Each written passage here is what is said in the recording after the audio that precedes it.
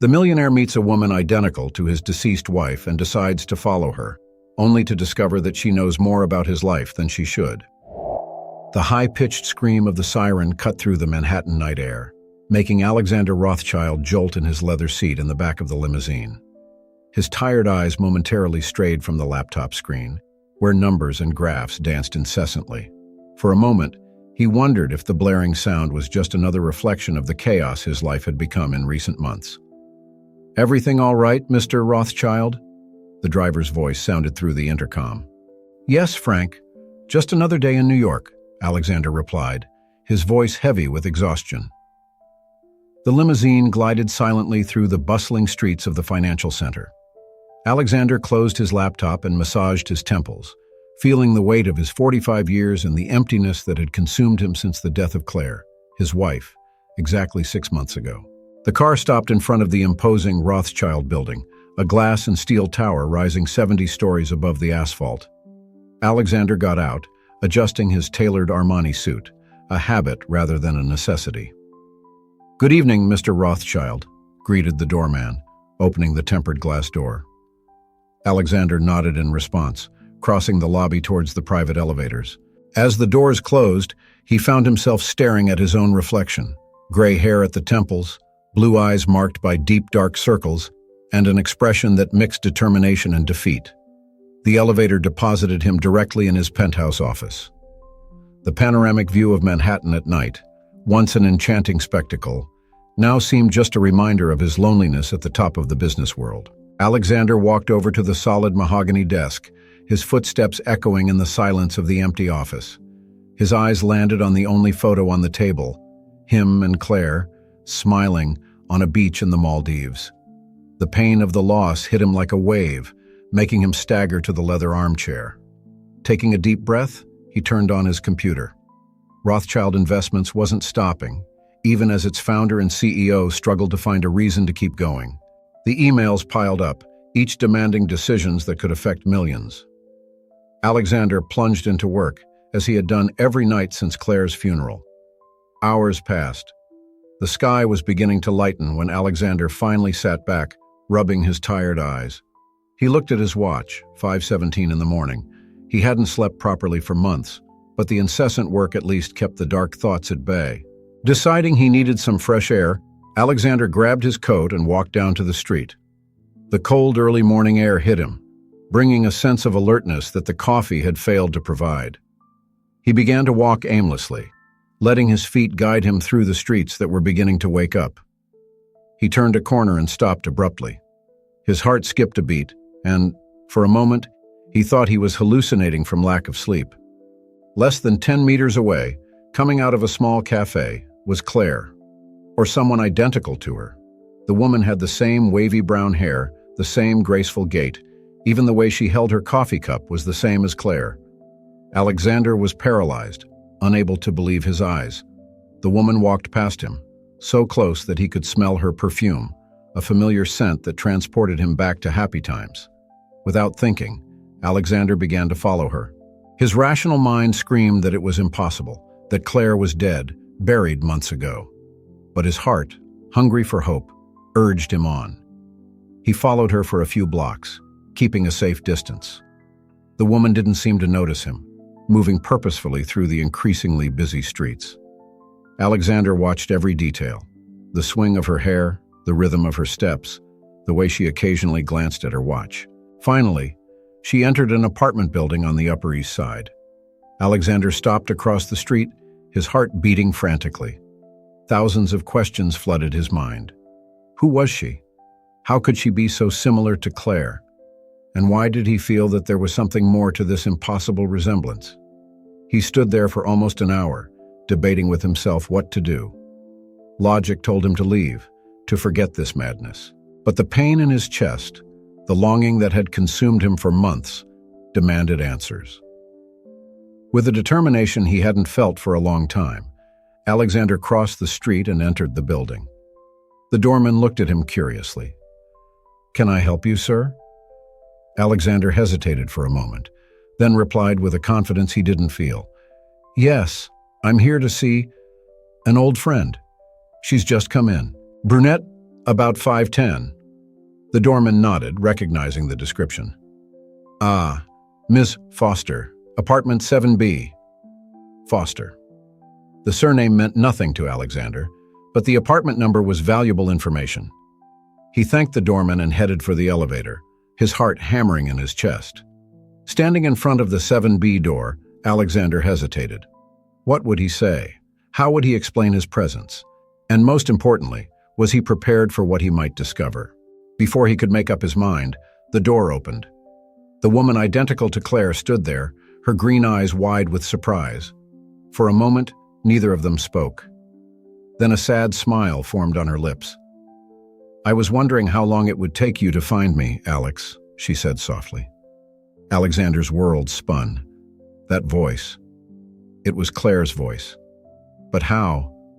And why was she calling him Alex, the nickname only Claire used? Who are you?"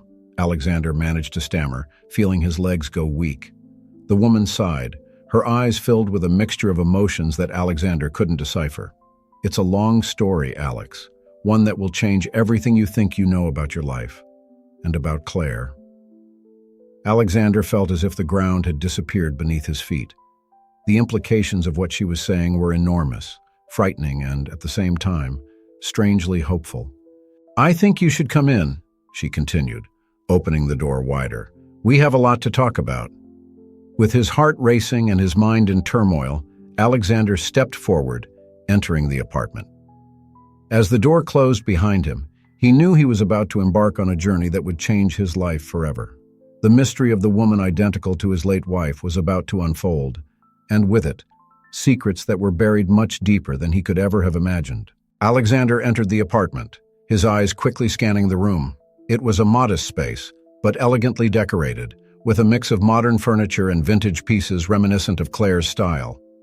The resemblance was disconcerting. The woman, he still didn't know her name, gestured for him to sit down on the beige leather sofa.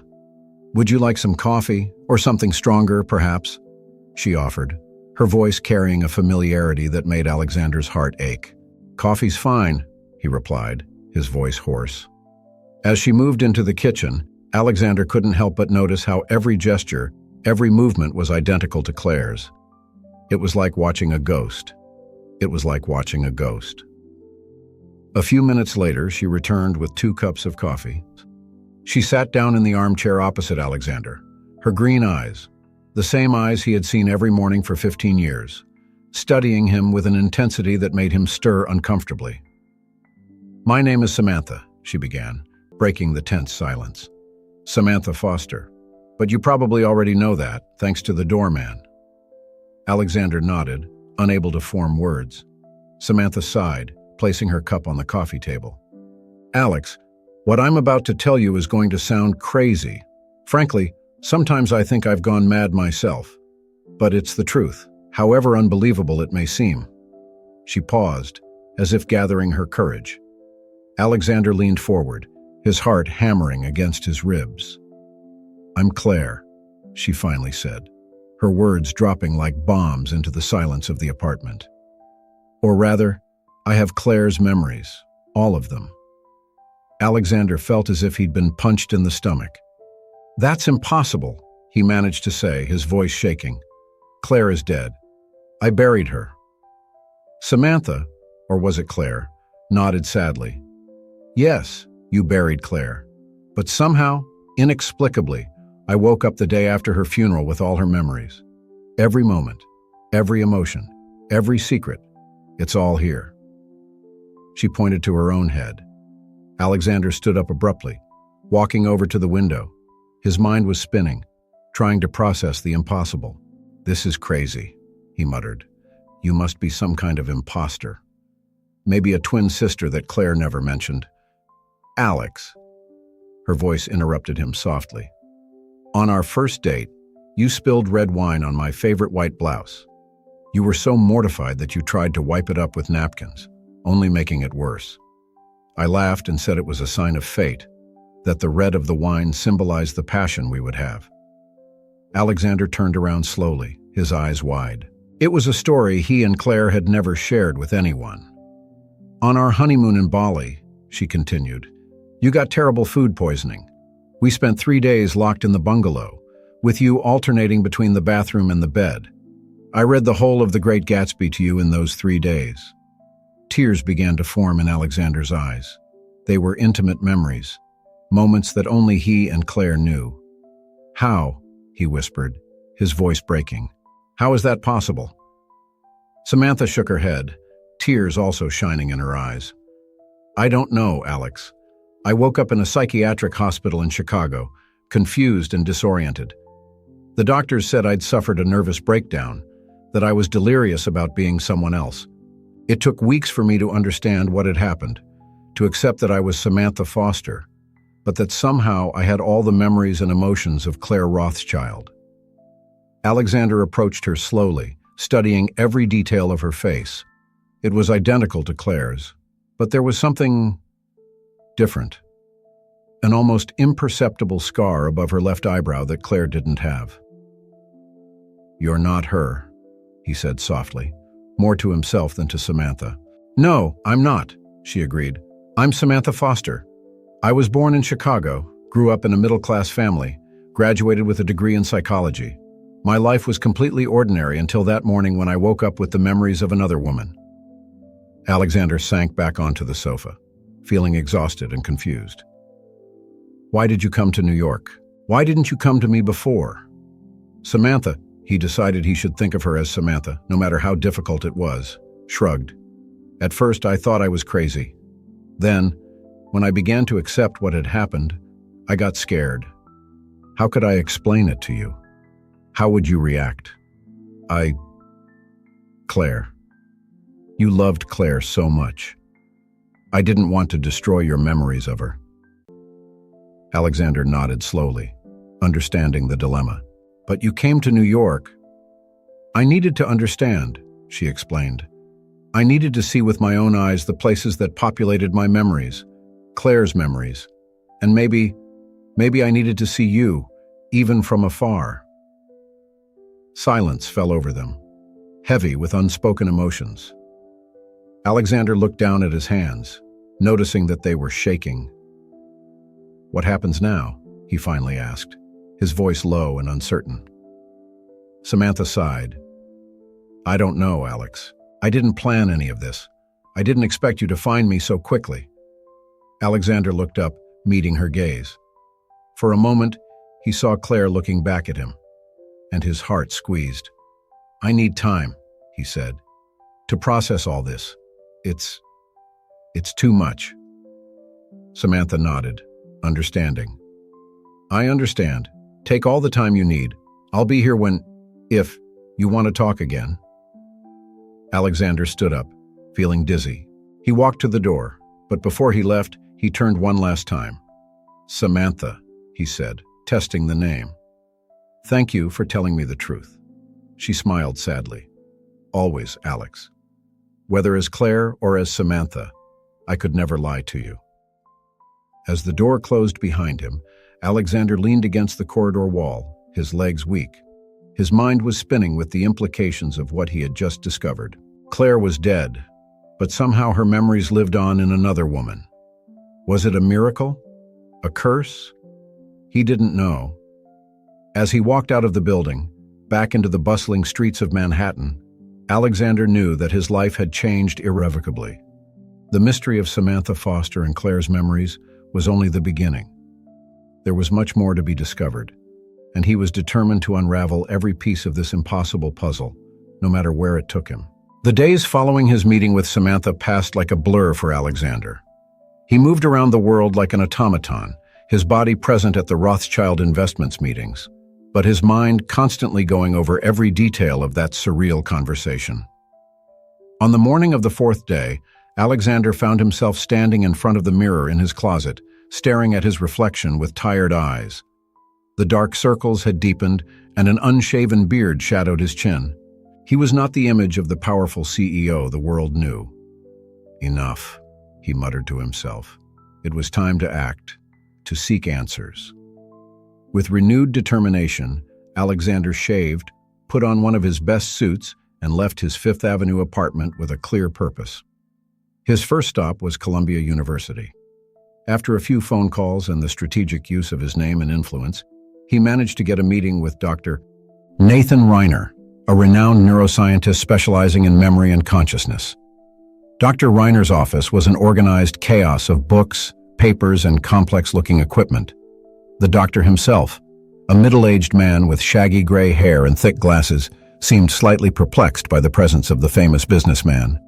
"Mr. Rothschild," he greeted, indicating a chair. "I confess I was intrigued by your request for a meeting. How can I help you?" Alexander took a deep breath. "Doctor, what I'm about to tell you must remain strictly confidential." After receiving an affirmative nod, he continued, "I met a woman who claims to have all of my late wife's memories. Not just general information, but intimate details that only Claire and I knew."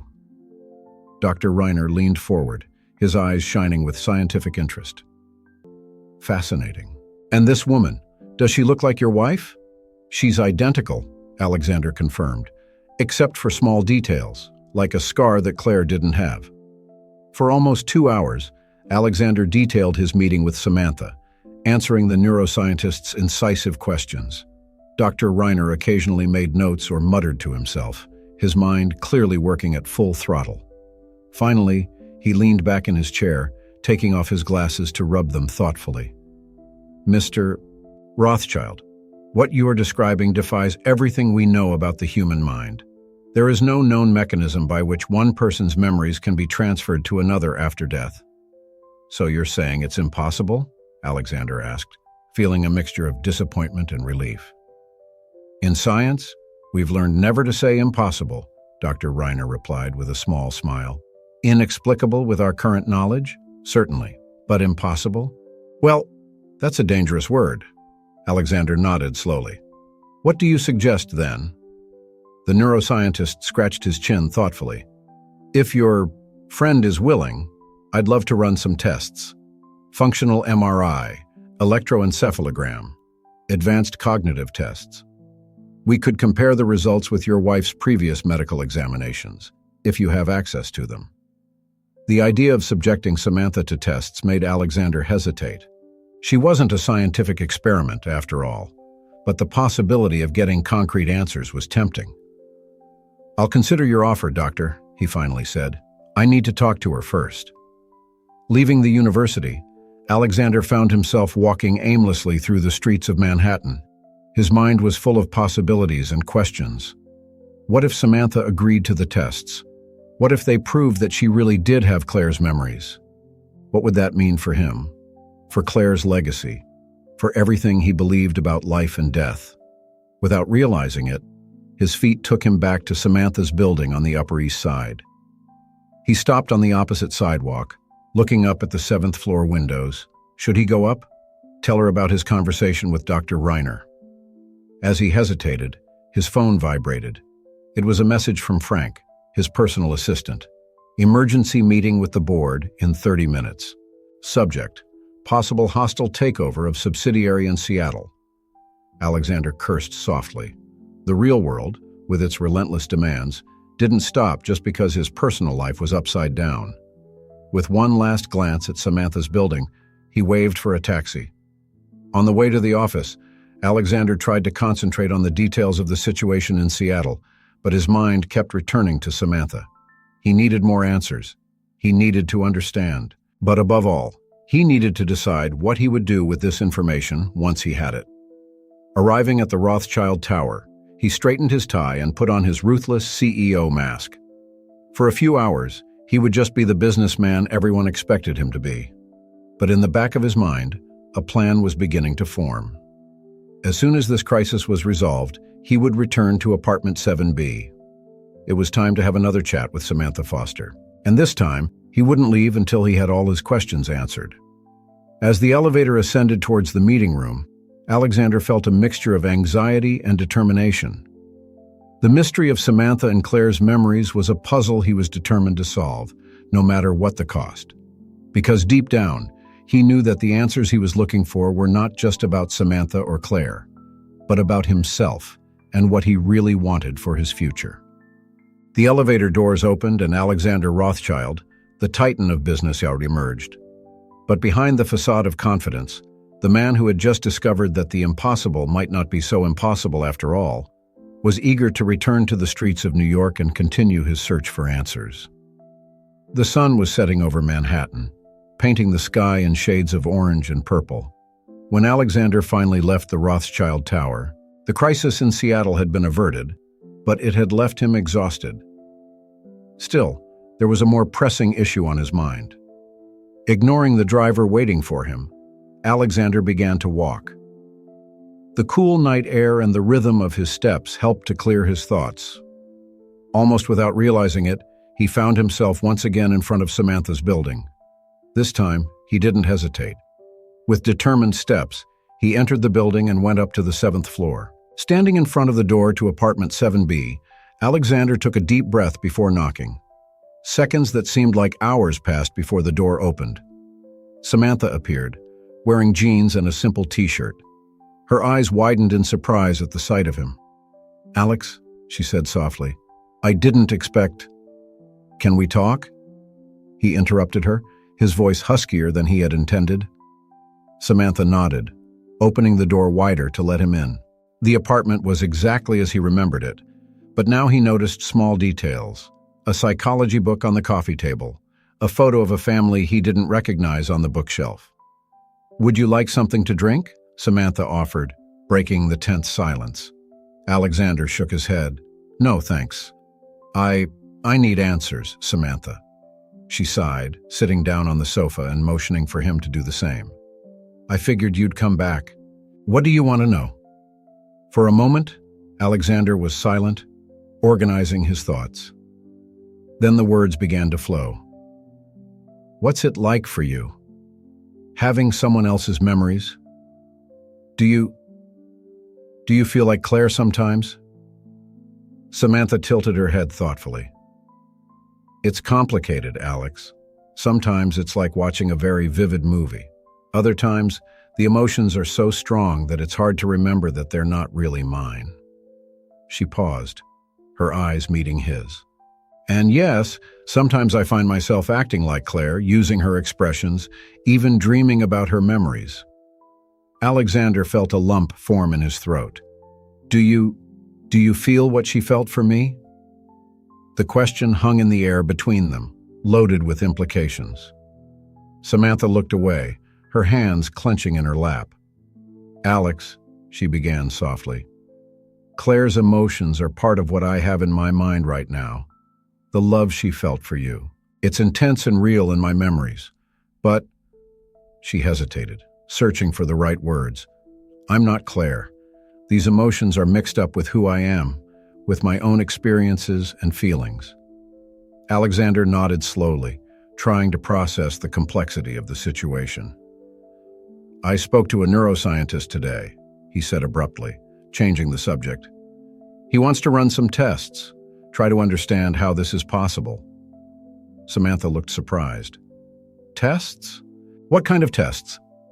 Alexander briefly explained his conversation with Dr. Reiner.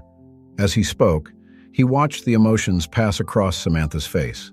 Curiosity, apprehension, and something that seemed almost hopeful. "What do you think?" he asked when he had finished explaining. Samantha was silent for a long moment, her gaze lost in the view of the city from the window. Finally, she turned to him. "I spent months wondering if I was crazy, Alex. If this was all some kind of elaborate delusion. Part of me wants answers as much as you do. But, Alexander encouraged. "But I'm scared," she admitted, her voice almost a whisper. "What if we find out it's all a bizarre coincidence? Or worse, what if it's real? What does that mean for me? For who I am?" Alexander felt a wave of empathy. Without thinking, he reached out and took her hand. The touch was familiar and strange at the same time. "We don't need to decide anything now," he said softly.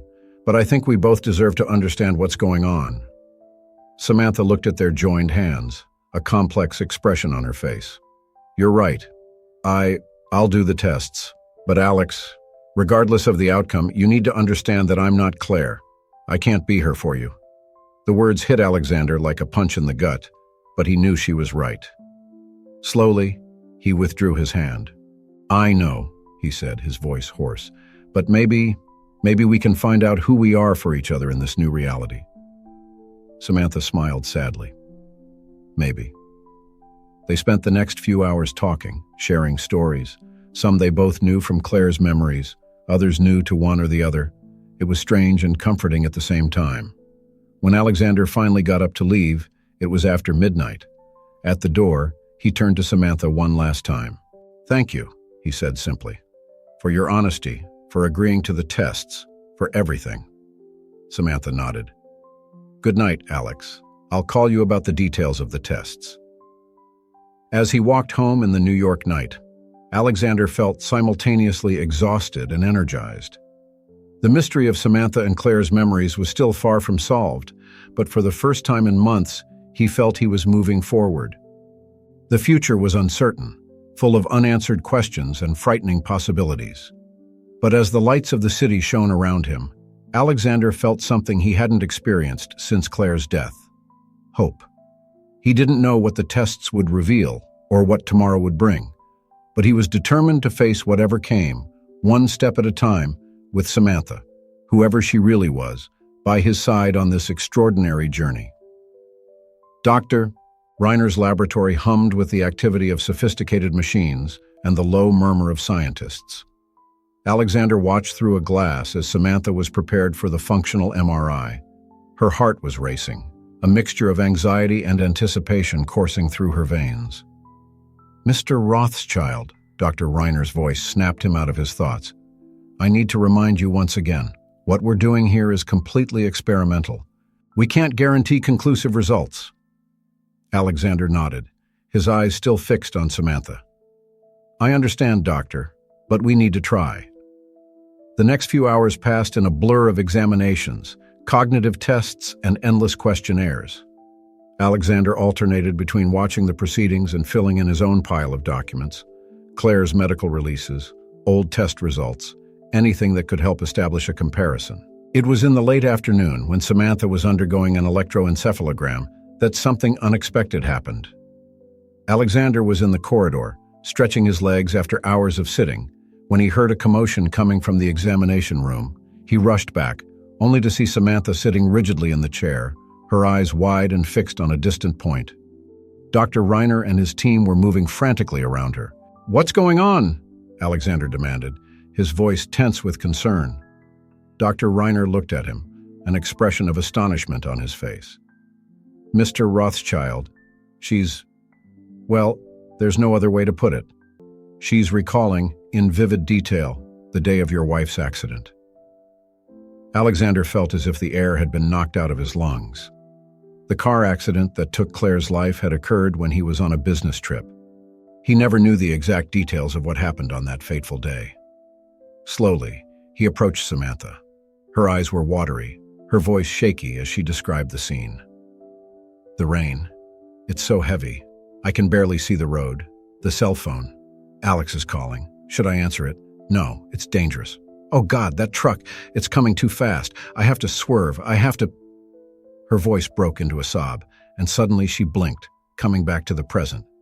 Her eyes met Alexander's, full of pain and confusion. "Alex?" she whispered. What happened?" Alexander instinctively moved to comfort her, but stopped, uncertain. Dr. Reiner intervened, his voice calm and professional. "Ms. Foster, you've just experienced a very vivid memory. Can you tell us what you remember?" Samantha frowned, concentrating. I was driving. It was raining a lot. And then..." She looked at Alexander, her eyes widening with comprehension. "Oh, Alex, I'm so sorry.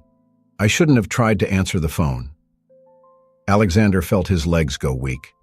He leaned on the nearest wall, his mind spinning. Had Claire died trying to take a call from him? Dr. Reiner, sensing the tension in the air, quickly intervened. "I think we have enough data for today. Let's take a break and resume tomorrow, if you agree." Alexander barely registered the doctor's words. His world had been turned upside down once again. When he finally managed to pull himself together, Samantha was already dressed and standing beside him, a worried expression on her face. "Alex," she said softly, "it wasn't your fault. Claire, we knew we shouldn't answer the phone while we were driving. It was a wrong decision in a moment of weakness." He shook his head, unable to accept the comfort. "I need some air," he muttered, heading quickly for the exit. The cold New York air hit him like a slap, but he barely noticed.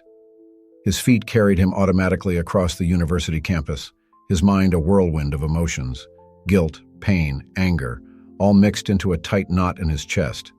He didn't know how long he wandered, but when he finally stopped, he found himself in a small park. He sat down heavily on a bench, putting his head between his hands. "Alex?" Samantha's voice reached him softly. He wasn't surprised to discover that she had followed him. Slowly, he raised his head to look at her. At that moment, he saw beyond the physical resemblance to Claire. He saw a woman who carried memories that were not her own, who was as lost and confused as he was. "How do you deal with it?" he asked, his voice hoarse. "How do you balance who you are with these memories that aren't yours?"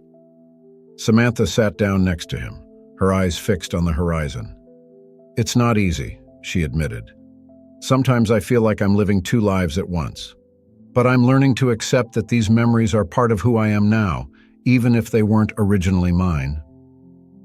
Alexander nodded slowly, absorbing her words. "What about us?" he asked, almost afraid of the answer. "What does that mean for whatever it is that exists between us?" Samantha turned to him, her eyes full of emotion. "I don't know, Alex, but I think we need to find out together. Not as Alex and Claire, but as Alex and Samantha." At that moment, sitting on that park bench as the sun set over New York, Alexander felt something change inside him. The pain of losing Claire was still there, as was the guilt over the accident. But alongside that, there was something new growing, a connection with Samantha that went beyond shared memories. "Together," he repeated, offering a small smile. "I think I can handle it."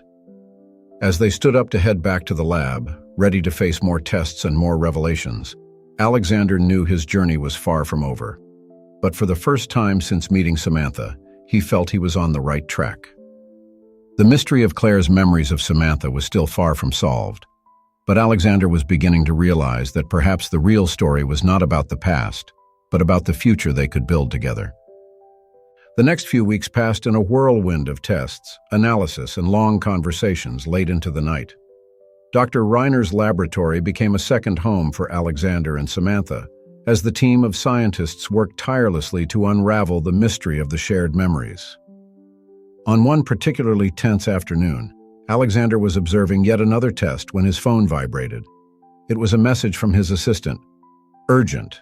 Counsel requires your presence. Questions about your extended leave." He sighed, running a hand through his already tousled hair. His obsession with Samantha's case had not gone unnoticed in the corporate world. "Is there a problem?" Dr. Reiner's voice brought him back to reality. Alexander shook his head. "Nothing that can't wait. What do we have today?" The neuroscientist adjusted his glasses, a glint of excitement in his eyes. "Something fascinating, actually. We were comparing Samantha's brain patterns with Claire's latest scans and, well, see for yourself." He guided Alexander to a monitor where two brain images pulsed side by side. To the untrained eye, they looked identical. The one on the left is of Claire, 3 months before the accident. The one on the right is Samantha's, from yesterday. Alexander frowned. "They look the same." "Exactly," exclaimed Dr. Reiner. "The areas activated, the response patterns. It's as if we were looking at the same brain at two different times." The implication of what the scientist was saying struck Alexander like a thunderbolt. Is that possible?" Dr. Reiner shook his head, perplexed. "Scientifically speaking, no, but here it is, before our eyes." At that moment, Samantha entered the room, still wearing her hospital gown. Her eyes met Alexander's, a silent question in them. "Sam," he said softly, using the nickname he had begun to adopt in recent weeks. I think we need to talk." They retired to a small restroom. Alexander explained what Dr. Reiner had shown them, carefully observing Samantha's reactions. "So," she finally said, her voice shaking, "that means I'm, what? A clone? A reincarnation?" Alexander shook his head. "I don't know. But it means that this is real, that you're not crazy, and that somehow Claire lives in you." Samantha stood up abruptly, walking over to the window. "But I'm not her, Alex. I have my own memories, my own life. I'm Samantha." He approached her, gently placing a hand on her shoulder. "I know. And that's what makes it all the more extraordinary." She turned to face him, tears shining in her eyes. "What do we do now?" Before Alexander could answer, his phone vibrated again. This time, it was a direct call from the chairman of the board. With a resigned sigh, he answered. The conversation was brief and tense.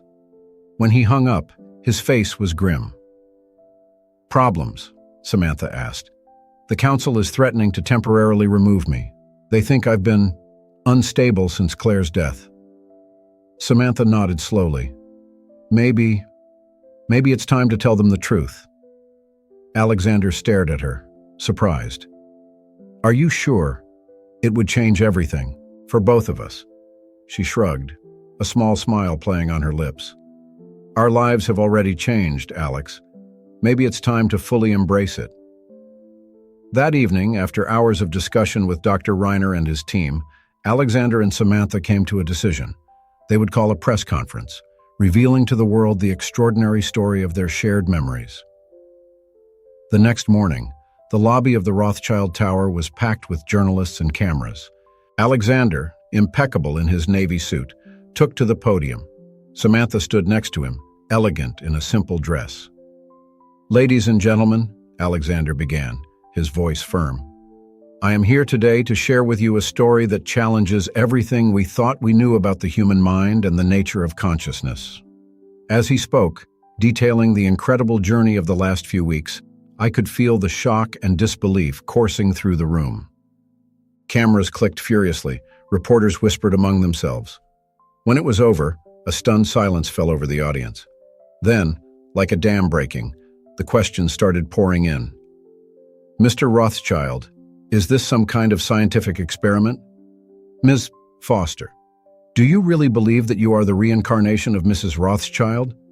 Will this affect the leadership of Rothschild Investments?"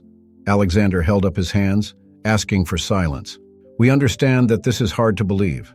That's why we've invited Dr. Nathan Reiner from Columbia University to explain the scientific aspects of our discovery." As Dr. Reiner took the podium, Alexander turned to Samantha. Their eyes met, and in that moment they both knew there was no turning back. Their lives, already inextricably linked, were about to change forever. The world now knew their secret. The implications, personal, professional, scientific, were vast and unpredictable. But as Alexander held Samantha's hand, he felt a deep certainty.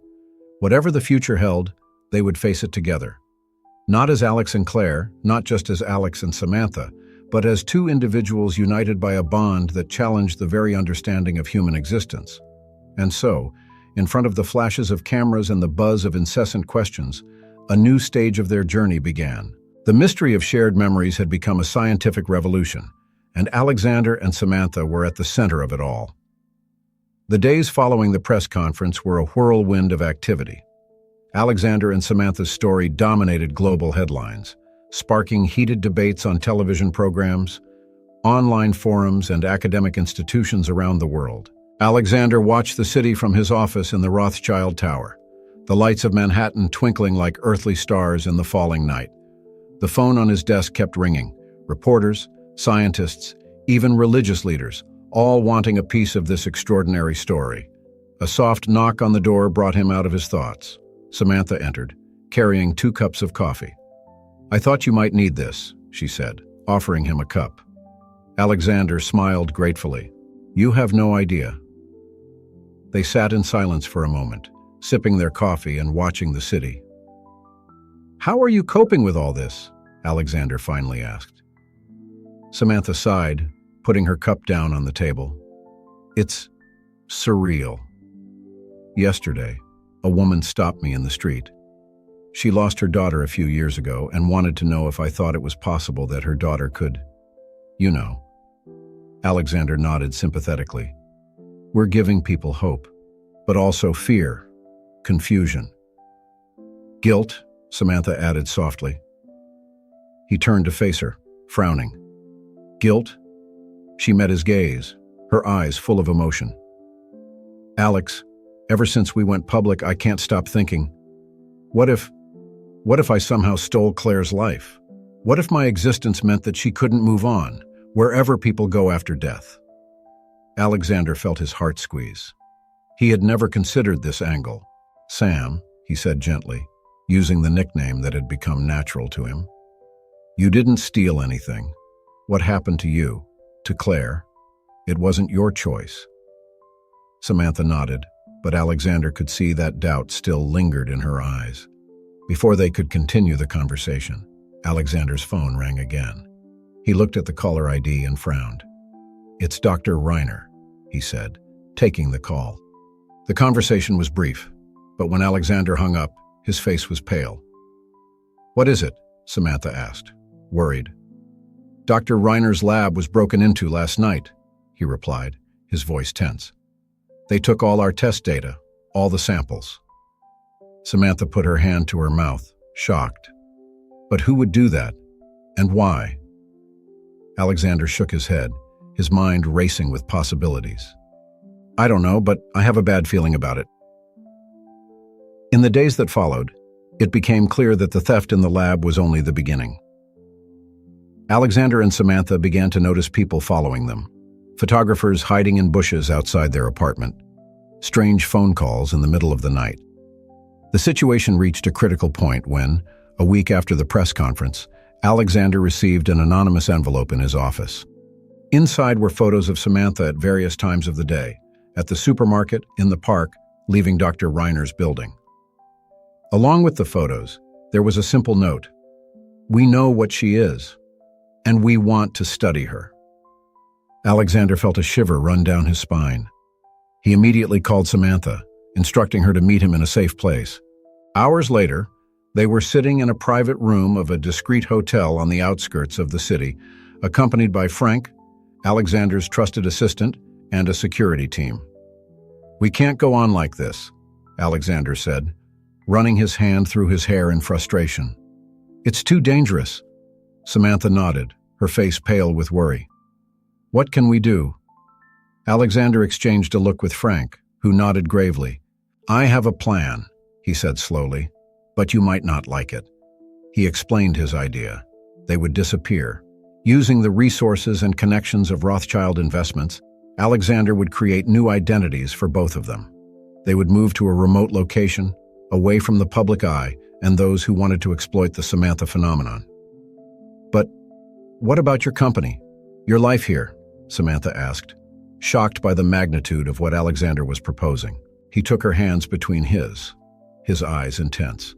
Sam, none of this matters if you're not safe. What's happening to you, to us, is bigger than business or fortunes. Samantha felt tears forming in her eyes. Alex, I can't ask you to give up everything because of me.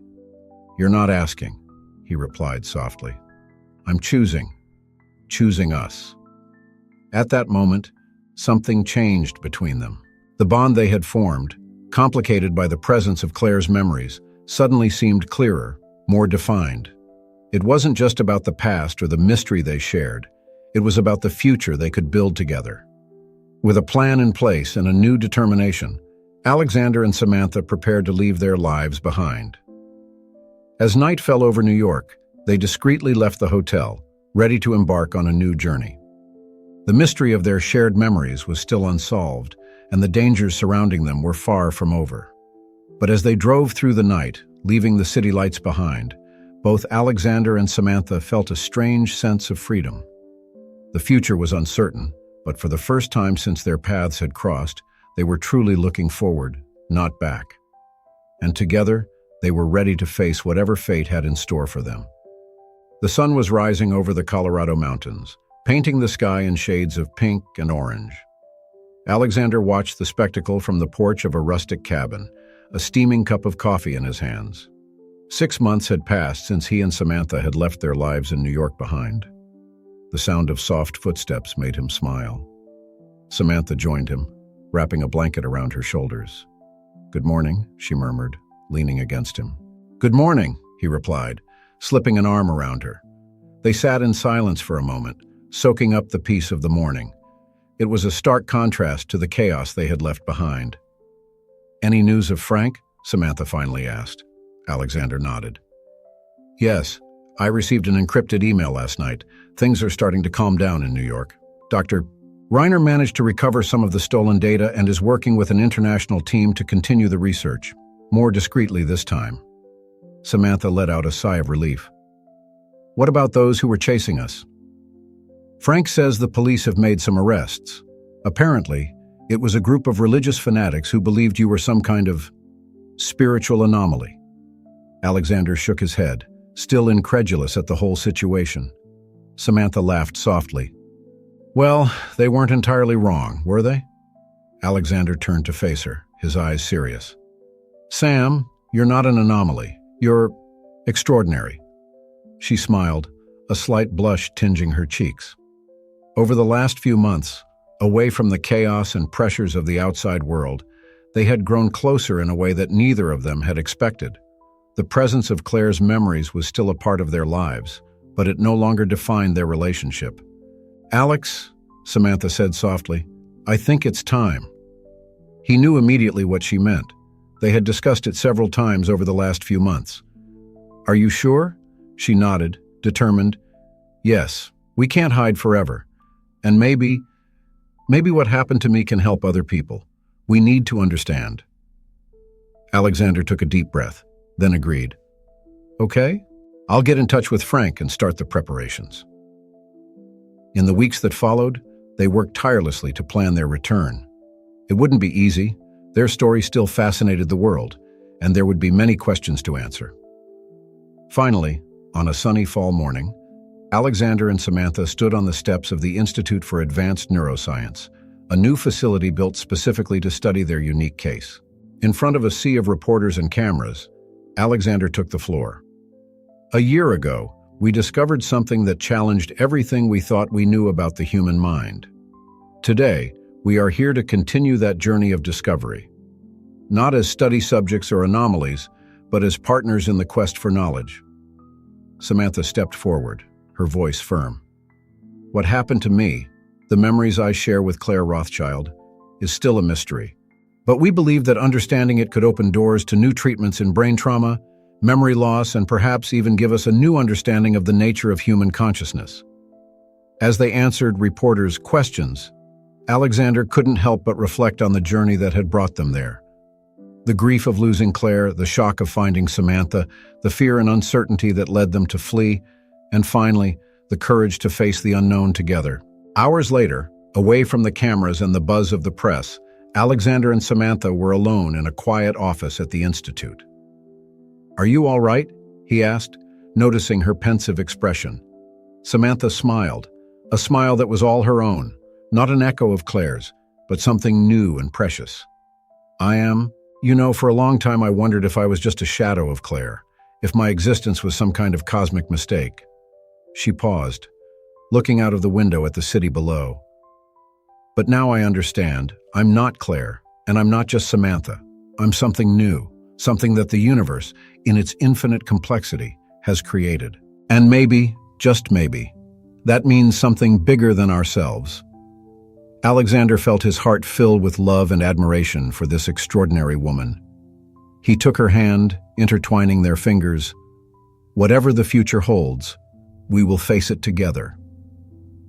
Samantha squeezed his hand, her eyes shining with determination and hope. "Together," she agreed. As the sun set over the city, casting a golden glow through the window, Alexander and Samantha prepared for the next chapter of their extraordinary journey. The mystery of the shared memories was not yet fully solved, but they were no longer afraid of the unknown. They had learned that some questions don't have simple answers, that some miracles defy explanation. But in the midst of uncertainty, they had found something precious: each other. and the courage to embrace the extraordinary. And so, hand in hand, they turned to face the future. Not as Alex and Claire, not just as Alex and Samantha, but as two beings united by a bond that transcended common understanding, ready to unravel the mysteries of the universe, one day at a time.